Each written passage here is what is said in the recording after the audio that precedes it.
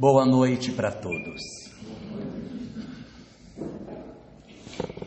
Desde o surgimento do homem sobre a face do planeta, nós temos evidentemente a percepção de que sim, é verdade, desde o princípio a fé visitou as nossas mentes e nós desenvolvemos assim uma percepção sobre a existência de alguma forma de divindade, algum tipo de inteligência ou de vida, às vezes na forma de um ser humano, na forma de múltiplos deuses ou um Deus único, em que a gente foi percebendo a existência de uma força criadora a qual estávamos submetidos.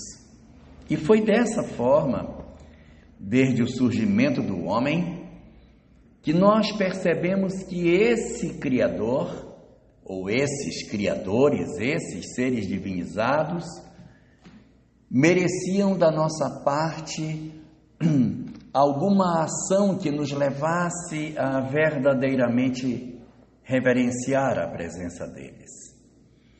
E foi dentro dessa perspectiva que surgiram os primeiros movimentos religiosos dentro da nossa humanidade de procurar uma conexão com o Criador. Isso é feito desde a pré-história, em que a gente procura se conectar ao divino. E uma das primeiras expressões que a gente utilizou para se conectar ao divino foram as oferendas.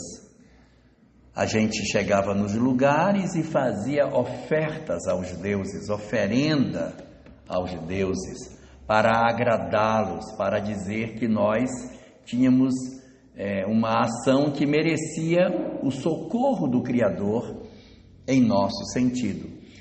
E aí a gente vai perceber oferendas de diversas formas. Nós vamos ver muitas vezes as ofertas serem feitas na maneira do sacrifício. Então se levava para os deuses animais que eram sacrificados.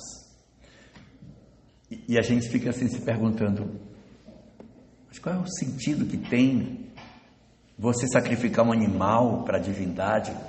Qual é o objetivo disso?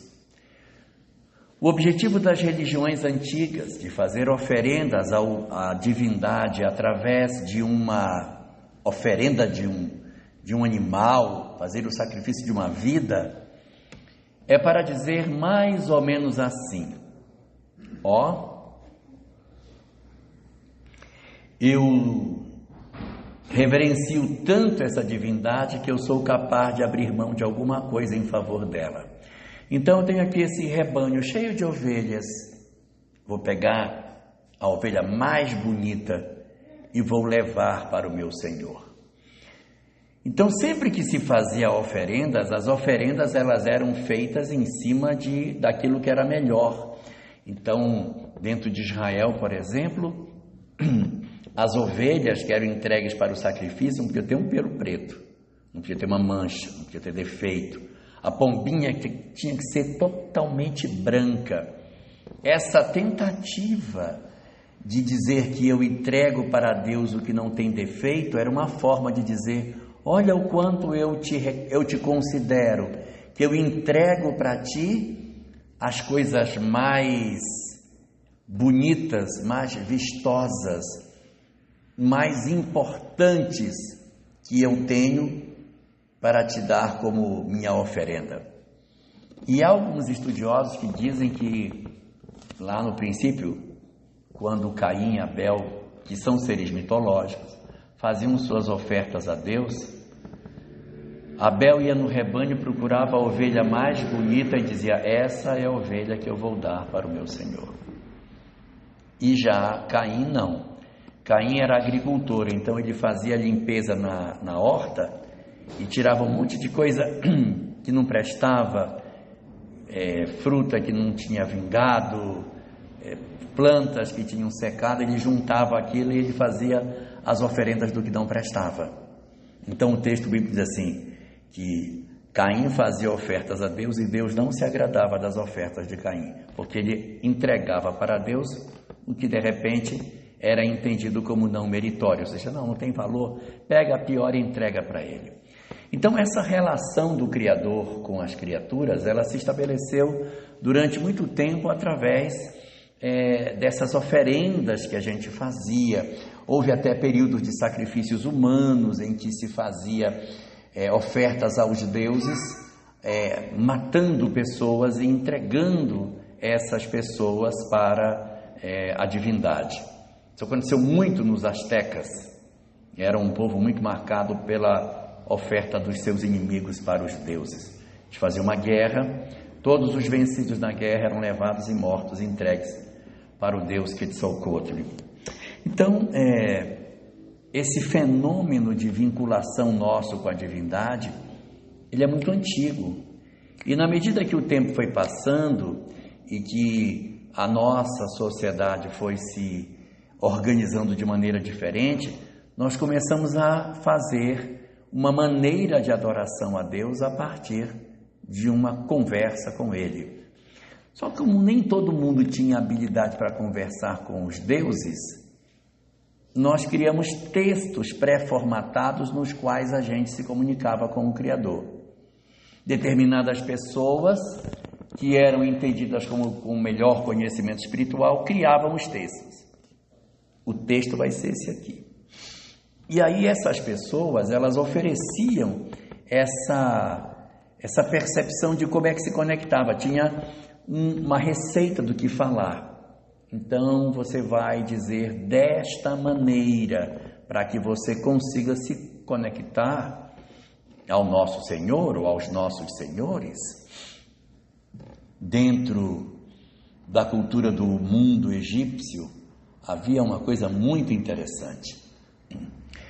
Quando um faraó morria e ele era embalsamado para ser, então, seu corpo preservado para um momento posterior, porque acreditava-se que a alma iria voltar e precisava do corpo saudável, eles embalsamavam e colocavam a múmia dentro de um sarcófago. E ao lado do sarcófago, bem pertinho do rosto da múmia, ficava um livro. Esse livro, em egípcio, o nome dele era Caminho para a Luz. O que é Caminho para a Luz? Era uma receita que tinha dentro desse texto, que fazia com que o faraó, quando se percebesse do mundo dos espíritos, ele pegava o livro e ele ia ler o que tinha ali dentro, que o que tinha ali era o caminho para a luz. Olha o nome do livro, Caminho para a Luz. Era o nome do livro que ele teria que ler para que os deuses do Egito se sentissem sensibilizados e conseguissem, então, oferecer de maneira mais efetiva uma oportunidade de felicidade para o faraó após a morte. Isso acontecia e depois, quando as múmias foram sendo violadas e roubadas, os ladrões viam sempre esse livro do lado do morto. E eles passaram a chamar o livro do morto. E com o tempo ele se chamou o livro dos mortos. Mas o nome dele não é livro dos mortos. O nome dele é Caminho para a Luz. Dentro do Caminho para a Luz havia uma série de receitas do que dizer. Ó senhores deuses do Egito, cuidai da alma do faraó. E aí vinha recitando as coisas boas que ele havia feito e que justificava que as divindades o acolhessem como se ele fossem realmente seres dignos dessa misericórdia divina. Então, de uma forma de adoração que era ligada com a entrega de oferendas, nós passamos a ter uma maneira de adoração em que nós tínhamos fórmulas pré-definidas para que isso seja recitado da mesma maneira pelas pessoas, sem que haja divergência, porque alguém criou um texto, esse é o texto ideal para ser colocado. E o texto vai se tornando um texto como que canônico e repetido. Então as religiões organizadas que vieram do mundo antigo, elas tinham seus cânones de que cantos fazer, que orações realizar, como que se deveria fazer para se conectar. E junto com toda essas preces, essas orações que eram feitas, nós começamos a criar rituais. Então esses rituais tinham roupas específicas, cânticos que eram, incensos que eram utilizados, e aí paramentos que se utilizavam, liturgias que foram seguidas. Então se criou ao longo do tempo uma receita de como nós deveríamos nos conectar com os deuses, com o Criador. Era um período de um certo amadurecimento dessa conexão do homem com o divino. Mas havia um sério problema em tudo isso. É que a conexão do homem com o divino não os tornava verdadeiramente bons ou necessariamente bons. Eles poderiam ser excelentes adoradores e maus. Bastaria que eu fizesse toda a receita ritualística que estava proposta, que eu então estaria liberto de tudo isso. Então nós chegamos a um momento da nossa história em que as práticas religiosas, elas estavam cheias de liturgias, cheias de paramentos, cheias de uma série de condicionamentos externos, sem que necessariamente nós tivéssemos uma vinculação que não fosse aquela que a liturgia me pedia. Então havia muitos de nós que realizávamos belíssimos cultos exteriores, mas que não necessariamente nos transformava em pessoas melhores. Éramos excelentes adoradores, mas não éramos necessariamente boas pessoas. É nesse cenário de profunda ritualística, de uma série de paramentos, que Jesus vai aparecer. Ele aparece dentro de um momento histórico onde a religião judaica vivia um excesso de rigor com a forma. Era um período em que havia muito medo dos grandes rabinos de Israel de que as informações sobre o judaísmo se perdesse, porque já fazia um tempo que os profetas não apareciam. Então havia um rigor muito grande, não pode sair da ritualística, porque se sair da ritualística, a gente vai acabar desaparecendo. Então tem que seguir o rito, não pode ser diferente. Tanto que até hoje, os rituais judaicos que se fazia na época de Jesus são repetidos até hoje. As mesmas práticas, a mesma liturgia que se seguia naquele período se segue até hoje. Não se mudou nada, porque se entende que se houver uma mudança vai desaparecer, então tem que ficar do jeito que era. Jesus aparece nesse cenário de extrema relação com o culto exterior e uma fragilidade muito grande da criatura na sua mudança, na sua vida de relação. E o Cristo aparece nessa sociedade e promove uma fratura dentro dessa história que o judaísmo propunha, oferecendo uma proposta totalmente diferente daquela que o povo de Israel entendia que deveria ser buscada. Havia 4 características que o ser humano teria se ele fosse um bom adorador. O judaísmo entendia que se você fosse um bom adorador, se você cumprisse direitinho aquelas normas que estavam estabelecidas, você teria 4 benefícios. Primeiro dos benefícios, você seria uma pessoa rica. Deus ofereceria para você riquezas. Você seria uma pessoa com bens materiais, porque isso é um indicativo de que você é obediente a Deus. Nós encontramos na história de Jó uma boa representação disso. Jó era muito rico, e segundo o texto bíblico, Satanás e Deus fazem uma aposta para saber se Jó realmente era fiel, e Deus aceita que o Satanás, dentro daquela história, persiga Jó e retire tudo que ele tem. Aí ele perde tudo e não se revolta contra Deus. Aí o Satanás perde a aposta e Deus está vendo, aí vai e restitui para Jó tudo que ele havia perdido, entrega tudo de novo. É uma curiosidade. Jó tinha 7 filhos e 3 filhas. Ele perde todos os 10 filhos. Morrem todos, inclusive a esposa. Esposa e os 10 filhos, todos. Quando Deus restaura, dá para ele uma outra esposa, e essa esposa lhe dá de novo 10 filhos.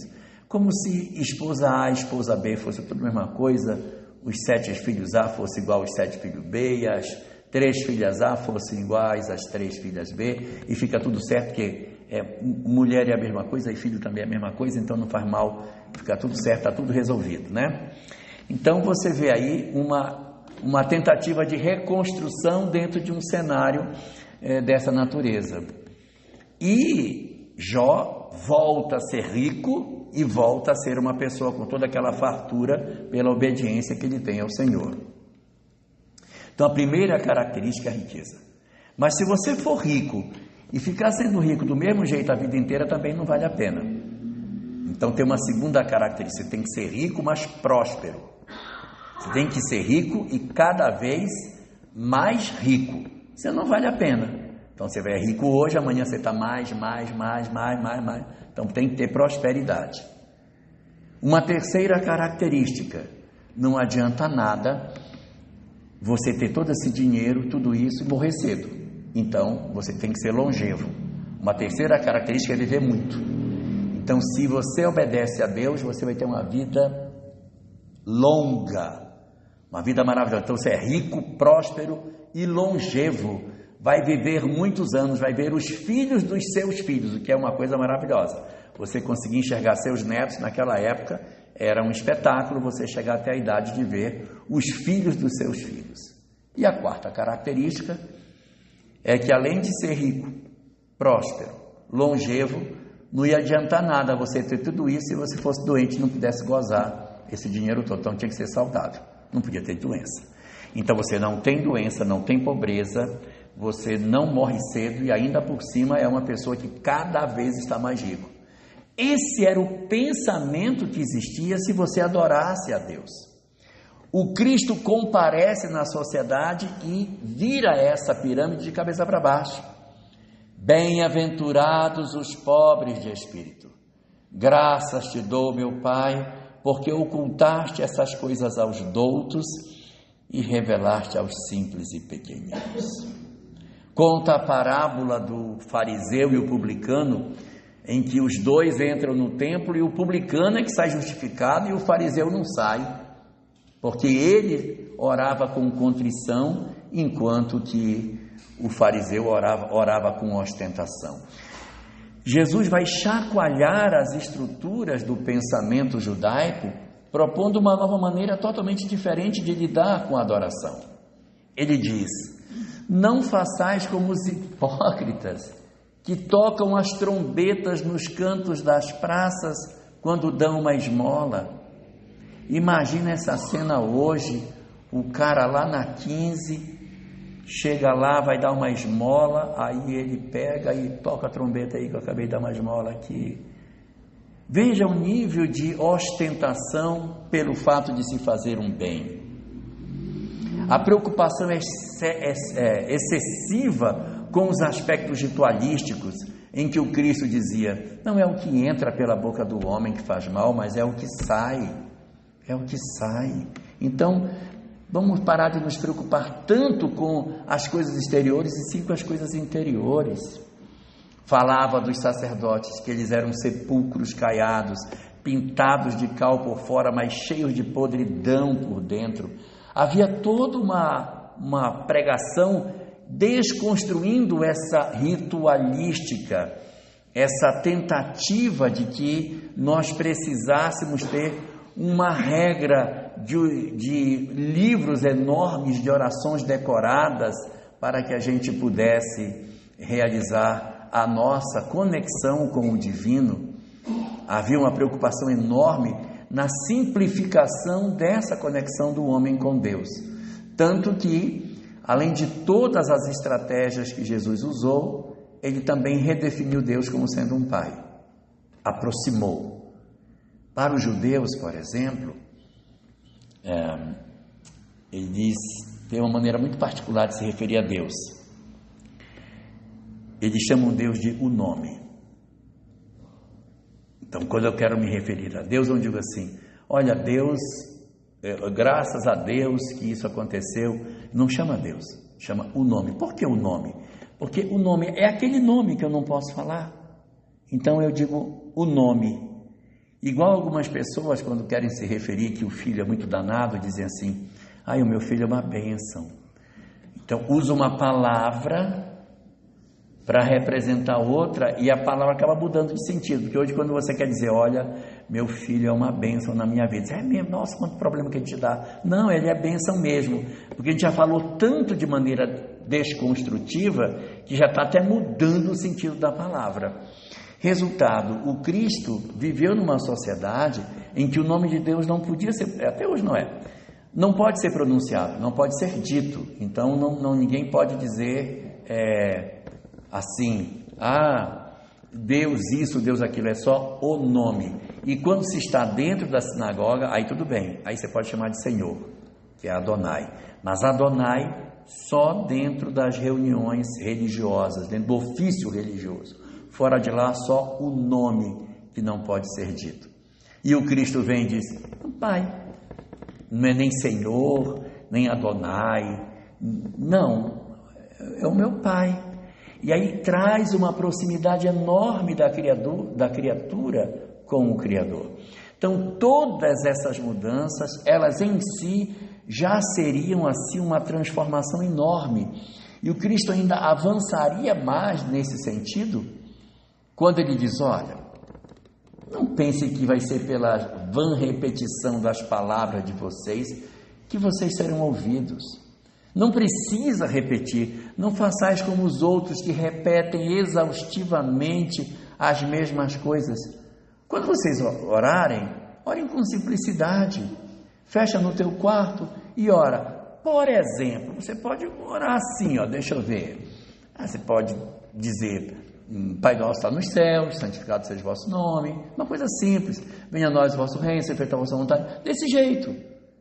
Não precisa muita coisa, uma oração desse jeito, mas sentida, funciona. Ou seja, ele desconstruiu toda a edificação do formalismo religioso e trouxe uma proposta de conexão muito mais ligada aos aspectos práticos da vida. Mas ele faria uma mudança extraordinária nessa conexão com Deus. Além de mudar esses aspectos ritualísticos da adoração, das oferendas, das coisas, em que uma vez ele disse: misericórdia eu quero e não sacrifício, ou seja, eu quero que as pessoas tenham misericórdia e não fazer sacrifícios no templo, mudando essa forma de adoração, ele mudaria de maneira ainda muito mais efetiva quando ele disse que a forma de nós nos aproximarmos de Deus era através do próximo. Isso foi uma novidade. É fato que dentro do pensamento judaico, o mandamento amarás o teu próximo como a ti mesmo já estava lá. Mas às vezes o mandamento está, mas a prática não acompanha o que a lei assim estabelece. Então Jesus vai trazer uma dimensão completamente nova para a humanidade, que é a importância do outro. Nós teríamos na história da humanidade muitos descobridores, muitos inventores, descobridores da lei da gravidade, inventores geniais que a gente teve, mas quem descobriu para nós o valor do próximo foi Jesus. É Ele que vai trazer para a nossa humanidade a percepção muito mais clara de que sim, as nossas vidas precisam de um processo de transformação mais efetivo, na medida em que nós entendemos de forma muito mais clara que é através do outro que eu me conecto ao Criador. Porque até então não tinha isso. Até esse momento, as pessoas pensavam assim: eu quero fazer uma oferenda ao meu Deus. Mas para fazer essa oferenda ao meu Deus, eu tenho que vencer uma batalha. Então as pessoas iam para a batalha, matavam os outros e não sentiam nenhum tipo de remorso. O importante era adorar ao seu Senhor. Se alguém se colocasse na porta de um templo para dizer, você não vai entrar, eu vou matar, porque está impedido eu falar com o meu Senhor. Então nós tínhamos uma percepção de que o outro não tinha importância para a nossa conexão com o Criador. Eu tinha que me conectar com o meu Criador como? Fosse por uma oferenda, fosse por uma receita de uma determinada prática de uma leitura, fosse por um ato litúrgico, por uma cerimônia, por uma veste, por uma dança, por uma música. É isso que me liga ao Criador, não é o próximo. Vejam quanto Jesus é importante, porque o outro não era importante na minha conexão com Deus. A ponto de eu poder dizer, não, para eu me conectar com meu Deus, eu posso matar pessoas. Eu posso matar. Qual é o problema nessa época? Qual era o problema nessa época de eu matar pessoas se fosse para adorar o meu Deus? Ninguém havia entendido ainda que o próximo é a ponte que nos conecta a Deus, que é através dele que nós vamos nos conectar. A partir de Jesus, uma proposta completamente diferente surge no nosso planeta. Como é que nós passamos a nos conectar com Deus? De maneira muito simples. Os cultos do cristianismo primitivo eram extremamente simples, dentro de catacumbas, que são cemitérios. Era um lugar onde eles se escondiam, porque o Império Romano vinha persegui-los. Então, por entre as tumbas, quem vai a Roma consegue fazer, inclusive, esse percurso de visitar as catacumbas, aonde os cristãos faziam seus cultos. Ainda existem marcas na parede dos símbolos deixados pelos cristãos primitivos daquela época, que se ocultavam, e eles escolhiam as catacumbas porque é um labirinto lá dentro. Só levando o miolo de pão que nem Joãozinho e Maria, para você conseguir saber entrar e sair, porque dobra para cá, dobra para lá, entra nessa galeria, desce, sobe escada. Então você tinha muita dificuldade de achar os cristãos, mas os romanos achavam. Os romanos descobriam, eles iam para lá, para dentro, para se esconder, para fazerem seus cultos. Cadê o templo? Cadê as expressões litúrgicas para fazer? Não tinha nada, é só pregação ali, sem absolutamente nenhum tipo de paramento, não havia sacerdotes, não havia nenhum tipo de liturgia. As pessoas simplesmente se encontravam para conhecer o Evangelho, meditar sobre as palavras do Cristo, para descobrir a importância do outro. Inaugurava-se um momento mágico em que as criaturas se conectavam com o Criador através da oração que saía do coração delas, daquilo que elas propunham como forma de orar. Então, as orações eram espontâneas, elas surgiam da necessidade daquele momento, sem que existisse uma construção já pré-definida do que deve ser dito, quais as palavras devem ser utilizadas, para que houvesse muito mais espontaneidade. E nesse mecanismo de conexão com o Criador, o próximo entrou como ponto essencial da ligação do homem com Deus. O cristianismo nascente, as primeiras expressões do cristianismo, eram, na verdade, marcadas por um movimento muito grande caritativo. Nós tínhamos, então, nas chamadas igrejas cristãs primitivas, uma preocupação muito grande em acolher as pessoas que padeciam, em se juntar, as pessoas eram muito mais fraternas, havia uma busca verdadeira do sentimento de fraternidade. Jesus inaugura, além de todos esses seus movimentos, inaugura também a ideia da fraternidade universal. Foi um movimento lindo, foi uma coisa maravilhosa, transformadora, e a humanidade respirou ares profundamente diferentes quando o Cristo trouxe a sua mensagem de profunda simplicidade e que teve o poder de transformar tantas criaturas. Ocorre que essa mensagem ela incomodava muita gente. Muita gente se incomodava. Se incomodavam os judeus porque era uma quebra da ritualística. Isso era péssimo, porque tinha uma ritualística a ser seguida e aqueles homens não seguiam o ritual que deveria ser feito. Então, os chamados judeus perseguiam o movimento cristão nascente. Também os romanos não gostavam. Os pagãos não gostavam, por quê? Porque diziam que não tinha vários deuses, só tinha um. E os deuses do Olimpo? Não, esses aí não são verdadeiros. Deus verdadeiro é o outro, e é um só. Eles não são deuses. Quando dizia que havia somente um Deus e que não havia outros deuses, não só ofendia os deuses do Olimpo, como também dizia que o imperador não era Deus. E o imperador era considerado um Deus. Então, outro problema. E havia um terceiro problema gravíssimo que o cristianismo trouxe. Ele dizia que todos eram irmãos. Como é que ficariam os escravos? Como é que ia ser a escravidão? Como é que o cidadão romano ia se dizer que ele era igual aos outros povos? Mas ele não ia.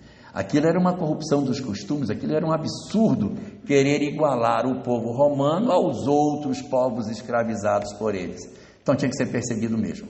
Então a grande onda de perseguição vai acontecer exatamente porque o cristianismo ele feria mortalmente os princípios essenciais dessas outras doutrinas. E há um fenômeno dentro da lei de causa e efeito muito interessante, chamado inversão social expiatória. Quando uma pessoa odeia outra pessoa, o que acontece com esses dois que se odeiam? A tendência, não é uma obrigação, mas a tendência é que renasçam na mesma família. Se A odeia B e B também não conseguiu se resolver com A, se existe ódio de ambas as partes, há uma grande chance de se reencontrarem. Quando existe ódio de uma parte e o outro perdoou, o que perdoou segue seu rumo. Está perdoado, não tem por que reencontrar. E o que está ainda ferido vai precisar de outra pessoa para se resolver, mas não necessariamente aquele que já perdoou a pessoa que, de certa forma, lhe fez mal ou foi sua vítima, tanto faz. Mas e quando uma pessoa não odeia uma pessoa em particular, mas odeia um grupo imenso de pessoas? Quando você odeia toda uma coletividade, quando você odeia todo um grupo social, o que vai acontecer na lei de causa e efeito quando você odeia um grupo grande? Por exemplo, um atleticano que tem ódio de quem torce pelo Coritiba, né? Ou vice-versa, né? Um palmeirense que odeia de morte os corintianos. Quando um indivíduo odeia um grupo social, a lei de causa e efeito conduz essa pessoa para nascer no grupo social que ela tanto odeia. Então vamos diminuir os nossos ódios pelos grupos sociais que a gente tem incômodo, para a gente não ter que passar pela experiência de renascer entre aqueles que a gente acha tão difíceis. Portanto, o que vai acontecer? O cristianismo nascente, ele vai ver uma mudança muito grande, em que os cristãos vão ver renascer dentro deles os antigos perseguidores. Esses antigos perseguidores, judeus, pagãos, renascem como cristãos e trazem todas as práticas judaicas, todas as práticas litúrgicas pagãs para dentro da estrutura do cristianismo, e aí ele começa a mudar de jeito. Então ele volta a ter todas as estruturas que tinha antes, ele volta a ter vários deuses, ele volta a ter cultos ritualísticos, ele volta a ter sacerdócio, ele volta a ter a pompa, volta a ter os paramentos, ele volta tudo de novo, porque aqueles que não se conformaram e que perseguiram, se encastelaram dentro do cristianismo e corromperam esse cristianismo. E alguém pode dizer, puxa, mas Jesus deixou isso acontecer, estragou o cristianismo. Estragou. Eu, por exemplo, não deixaria, mandava isso para o budismo. Vocês vão se desentortar lá no Oriente. Mas o cristão tem ciúme da sua doutrina e diz, tudo bem, deixa. Mestre, eles vão estragar, deixa eles estragarem, não tem problema, deixa estragar. Então eles entraram, durante mais de 1000 anos, estragaram a doutrina cristã, estragaram, até que descobriram que tinham feito coisa errada. E disseram, Senhor, eu fiz muita besteira em seu nome. Me dá a oportunidade de corrigir a besteira que eu fiz. Então, muito bem, qual foi a tarefa deles? Eles distorceram o cristianismo. Então, qual é a reparação que pode se dar a essas pessoas? Restaurar o cristianismo para a sua mensagem original. A doutrina espírita é, portanto,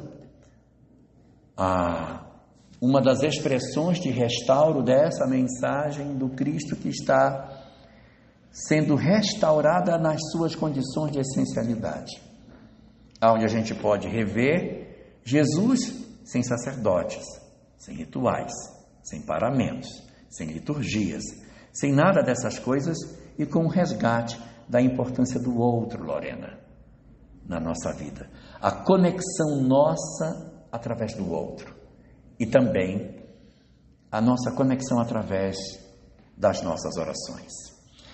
Orações que voltam ao princípio de todas as coisas, que não são litúrgicas, não são decoradas, não são dentro de um cânone, mas nascem da natureza dos nossos corações, nascem da simplicidade dos nossos desejos reais, das nossas reais necessidades, para que a gente consiga verdadeiramente restaurar o sentido mais profundo daquilo que o Cristo nos propunha para que a gente fizesse. E hoje, participando da mensagem espírita, quem somos nós? Nós muitas vezes dizemos, nós somos aqueles que distorcemos a mensagem. É provável sim. E por que somos? Porque somos os antigos perseguidores do cristianismo lá atrás. E por que somos? Porque nós éramos antigos cultuadores das doutrinas canônicas, litúrgicas, que não suportamos a simplicidade do cristianismo, distorcemos e agora a gente tem que fazer o trabalho de restaurar essa mensagem para a sua essência. E aí vamos descobrir coisas incríveis que a gente perdeu ao longo do tempo. Não somente a simplicidade, não somente a ausência de sacerdotes e paramentos, não somente a necessidade do outro, mas, em síntese, fazer aquilo que é a essência da religião, que é religar o homem a Deus. Nós nos religamos o homem a Deus como? Através da sua prática na sociedade, da sua preocupação com o outro, na nossa relação familiar, na nossa relação social. Aí está a busca da superação da nossa pequenez. A religião não como um ato de culto litúrgico que a gente sai e diz, pronto, cumpri minha obrigação, agora posso voltar para o mundo para ser torto como eu sempre fui. Dizer, não, minha vida é minha vida, minha religião é minha religião, não posso misturar uma coisa com a outra. Não dá para ser assim. Eu tenho um amigo em Porto Velho, vou contar essa história, vai dar tempo. Ele conta que o pai dele, quando ele era criança, o pai dele lia livro espírita, mas não deixava os filhos lerem. Ele guardava os livros numa escrivaninha, e o filho sempre via o pai lendo o livro espírita. Ele acabava de ler e guardava e trancava. E o garoto foi crescendo, quando ele se tornou já adolescente, ele disse, pai, eu vejo que o senhor lê esses livros aí, fica trancado dentro dessa sua escrivaninha, seu armáriozinho. Eu queria ler esse livro. O senhor não importa? Não, filho, você não pode ler, não. Ô pai, mas se eu passo o tempo todo lendo, por que eu não posso ler esse livro? Não. Esse livro aí, esses aí são livros espíritas. Isso não é para você ler agora, não. Você é adolescente, rapaz. Isso aí, você só vai poder ler quando você tiver uns 40 anos de idade. Mas por que, pai? Porque se você começar a ler esse livro quando muito novo, você vai ficar fraco para negócio. Presta atenção. O cara, então, ele preferiu que o filho se entortasse, se quebrasse todinho, para depois ler. Meu Deus, fiz tanta besteira. Não, porque se entregar, vai ficar fraco para negócio. Então, não pode haver um divórcio entre a vida e aquilo que a gente crê. E a proposta da doutrina espírita é exatamente a união de todas essas coisas e a busca não só do amor ao próximo, não só desse processo de simplicidade na nossa adoração, não só o desfazimento de todas as liturgias e sacerdócios, mas a religação do homem a Deus pela prece. E a prece, na verdade, acaba sendo uma coisa extremamente importante e que nós, os espíritas, nem sempre damos o valor que deveríamos dar. Os nossos amigos espirituais, que a gente bem sabe, estão todos ao nosso dispor para nos ajudar. Nós temos muito mais condição de entender o sentido da prece do que todas as outras religiões que vieram antes de nós. Porque eles oravam acreditando que Deus iria intervir nas suas vidas, e nós entendemos que os espíritos em nosso derredor atuam em nome de Deus, promovendo aquilo que nos seja benéfico em termos espirituais. É aí que entra a beleza do conhecimento que a doutrina espírita nos oferece, que vai nos dar o entendimento mais claro de que eu me aproxime do meu espírito benfeitor, que eu ore com frequência, que eu procure inspiração, que eu não tome decisões graves sem antes orar, que eu me permita refletir, que eu busque socorro, que eu não tente fazer a minha vida sozinho, porque não é uma coisa litúrgica. É importantíssimo que a gente realize esse ato nas nossas vidas. E alguns poderão dizer assim: mas de que adianta orar? Se Deus é imutável, eu não vou mudar a vontade dele. Porque se eu for mudar a vontade dele, então é porque ele não tem certeza do que ele está para fazer. Porque se eu oro, ele não ia me dar. Aí eu oro e ele me dá, então ele é pior do que eu, porque ele nem sabia que eu ia precisar. Então eu não preciso orar, ele sabe, ele vai me dar. Não é verdade. A doutrina espírita nos diz o seguinte: o que é, na leitura do Espiritismo, a prece? Nós somos espíritos que caminhamos sob a chuva de bênçãos de Deus. A chuva de bênçãos está sobre nós o tempo todo, banhados pelas bênçãos do Criador, incessantemente. Só que como a gente não ora, a gente abre o guarda-chuva. Então, orar, na verdade, não é mudar a vontade de Deus. Orar é fechar o guarda-chuva, para que a gente receba a chuva que está vindo. O benefício já está vindo, mas se eu não estiver sintonizado, se não existir, Fabiano, uma conexão minha com o Criador, eu perco a oportunidade, eu passo batido, a inspiração não me vem, a ideia de fazer não me acode, e eu acabo agindo por minha própria conta e fazendo besteira. Mas quando eu verdadeiramente oro, e oro com o sentimento que a vida propõe que a gente faça, eu automaticamente realizo uma transformação incrível na minha vida, porque eu passo a receber os benefícios que o Senhor quer me entregar, e que eu, sem orar, estou insistindo por não receber. A oração, portanto, da visão da doutrina espírita, não é um ato ritualístico, é uma necessidade da alma que se aproxima dos espíritos benfeitores para que a gente possa fazer esse trabalho maravilhoso que é realizar em nós a grande mudança das nossas almas. Vejam o trabalho colossal que o Criador tem, investindo em nós durante milênios, para que brote em algumas criaturas uma compreensão, ainda que inicial, do entendimento do propósito de todas as coisas. Que a gente pense nessas questões e aproveite as reflexões que a doutrina espírita nos dá, fazendo verdadeiramente uma aproximação nossa de tudo aquilo que o Espiritismo nos fala sobre a questão da oração e sobre a mudança interior na direção do outro, de maneira simples, nos conectando a Deus. Muito obrigado.